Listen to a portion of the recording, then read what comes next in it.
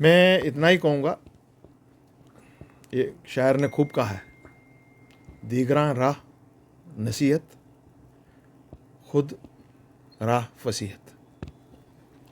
सो बाहर में आप पूरे मुल्क के सामने, अलायंस के सामने में, इंडिया अलायंस के सामने में हम लोग वहाँ पे नसीहतें करते हैं, सब इकट्ठे है, करना है, ये करना है, वो करना है, बीजेपी को हरा देना है। सो घर में तो वो बदकिस्मती से अभी तक हो नहीं रहा है।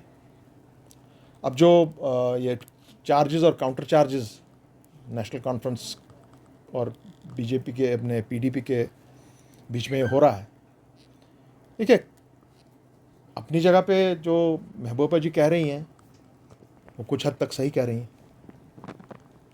मगर कुछ हद तक वो सही नहीं कह रही हैं, क्योंकि लास्ट में हमने डॉक्टर फारूक साहब से बात करके, जब मैं उनसे, महबूबा जी से भी मिला, उनने कहा हाँ हम बहुत टाइम से मिले नहीं हैं और 18 को मीटिंग फिक्स करेंगे और 11:30 बजे करेंगे, तो आप इतला कर दीजिए सबको, तारिक आमी साहब को, महबूबा जी को। तो वो उस वक्त मैंने एकदम से कोशिश की इनसे मिलने की, और हमने बात भी की, तारिक आमी साहब ने भी बात की, और कहा गया कि, हमने बताया कि डॉक्टर साहब वापस आएंगे 18 को सवेरे, क्योंकि इनको दोनों को जाना था इसके मीटिंग के लिए, अलायंस की मीटिंग के लिए, बॉम्बे शायद थे उस दिन। तो उसके बाद में उनने कहा कि नहीं 18 को हमसे नहीं होगा, तो उसके एक आध दिन रुक जाइए। तो हम 2 दिन फिर रुके, 2 दिन के बाद फिर से बात की, तारिक आमी साहब ने मैसेज वगैरह की, फिर मैंने दोबारा इनसे कहा कि नहीं अब मिलना चाहिए, तो उनने माजरत जाहिर की कि नहीं अब नहीं होगा, अब इलेक्शंस के बाद मिलेंगे। सो मेरा कहना है कि जैसे मैंने पहले ही कहा, जो उन्होंने बात की अपने इसमें कल अपने प्रेस कॉन्फ्रेंस में, कुछ हद तक बहुत बातें जो थी जो उनने सही कही कि क्या वजह हुई, इतनी दूरी हो गई नेशनल कॉन्फ्रेंस से, और चूँकि और उसके बाद मगर हमने कहा था कि चलिए हम मिलते हैं, we will agree to disagree, मगर मिलें तो एक बार। सो मेरा आज ये कहना होगा कि एक दूसरे पे आप इल्ज़ाम तराशियाँ करने के बगैर ऐसा किया जाए कि अभी भी कुछ बिगड़ा नहीं है, अभी भी दिन है बहुत फॉर्म्स भरने के लिए। और अगर हम समझते हैं कि नहीं ये हम एक कॉज के लिए मैटर है, आज का इलेक्शन कोई छोटा मोटा इलेक्शन नहीं है, आज के इलेक्शन की रिपरकशंस बहुत ही आइंदा हमारी नस्लों पे होंगी।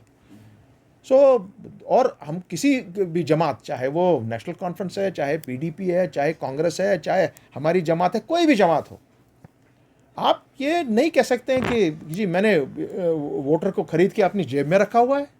नो नो नो, ये गलत बात है। फाइनली वोटर को डिसाइड करना है मैं किसको वोट दूंगा, वो कितनी भी बड़ी जमात हो या कितनी भी छोटी जमात हो।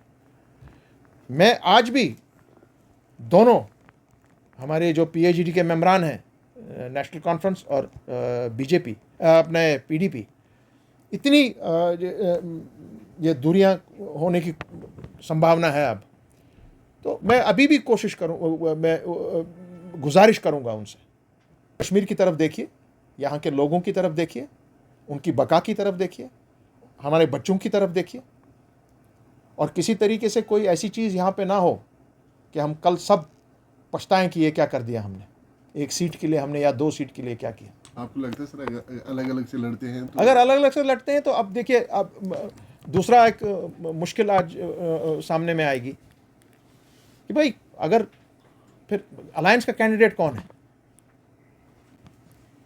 हमारे कश्मीरी पंडित भाइयों को बाहर से वोट करना है, उसको किसको वोट करना है? अलायंस का तो कोई कैंडिडेट होना चाहिए ना। क्या वो पीडीपी का कैंडिडेट होगा या नेशनल कॉन्फ्रेंस का होगा? कांग्रेस को किसको सपोर्ट करना है? कांग्रेस को भी फिर खुल के बोलना पड़ेगा।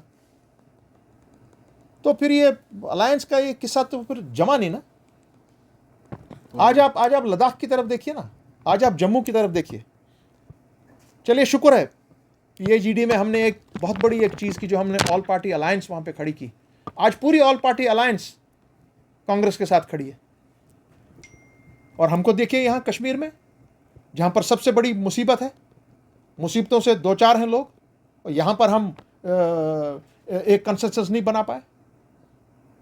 तब भी अपने जो हमारे सबसे सीनियर कदावर यहाँ के लीडर हैं, जिनको हमने भी पीएचडी की लीड उनके हाथ में दे दी, डॉक्टर फारूक साहब को, उनको भी अपना रोल बखूबी अंजाम देना पड़ेगा, देना चाहिए एज एन एल्डर।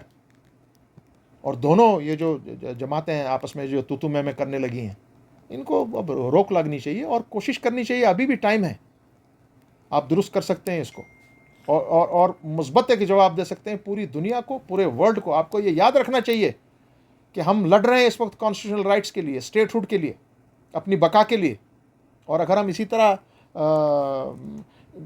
एक दूसरे से बिछड़ते गए तो वो आइंदा नस्लें हमको शायद माफ़ नहीं करेंगी। तो नहीं भाई, मेरी जमात तो ज़बरदस्त तरीके से मुझ पर इस वक्त हावी हो रही है, और वो कह रहे हैं कि आप चलिए एक वर्किंग कमेटी का इजलास बुलाइए और प्रेसिडेंट साहिबा को सदारत करें वो, और हम अपना फिर लाएअमल ढूंढें।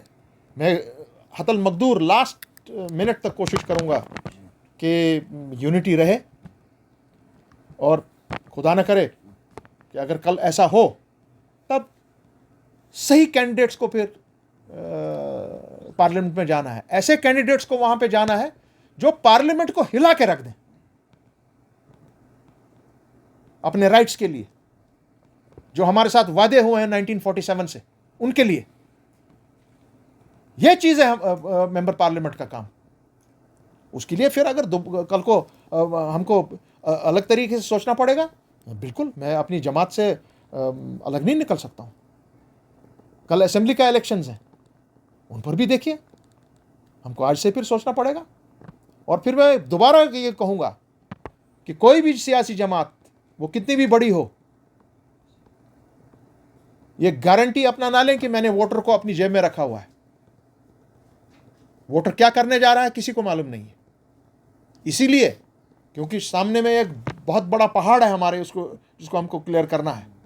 हमको यहाँ से 3 की 3 सीटें जीतनी है, जम्मू से 2 जीतनी है, लद्दाख से 1 जीतनी है। तब आप जवाब दे सकते हैं कि आपने जो 5 अगस्त 2019 को हमारे साथ खिलवाड़ किया, हमारी कॉन्स्टिट्यूशनल राइट्स के साथ खिलवाड़ किया, हमारी स्टेटहुड के साथ खिलवाड़ किया, हमारी स्टेट को 2 टुकड़ों में बांटा। जम्मू कश्मीर के लोग वो फैसला रद्द करते हैं, और 11 दिसंबर 2023 को जो माननीय सुप्रीम कोर्ट ने फैसला दिया, अपनी जजमेंट दी, उस जजमेंट के साथ यहाँ के लोग इत्तेफाक नहीं रखते हैं। With respect we will tell the honourable court that our people have not accepted this judgement.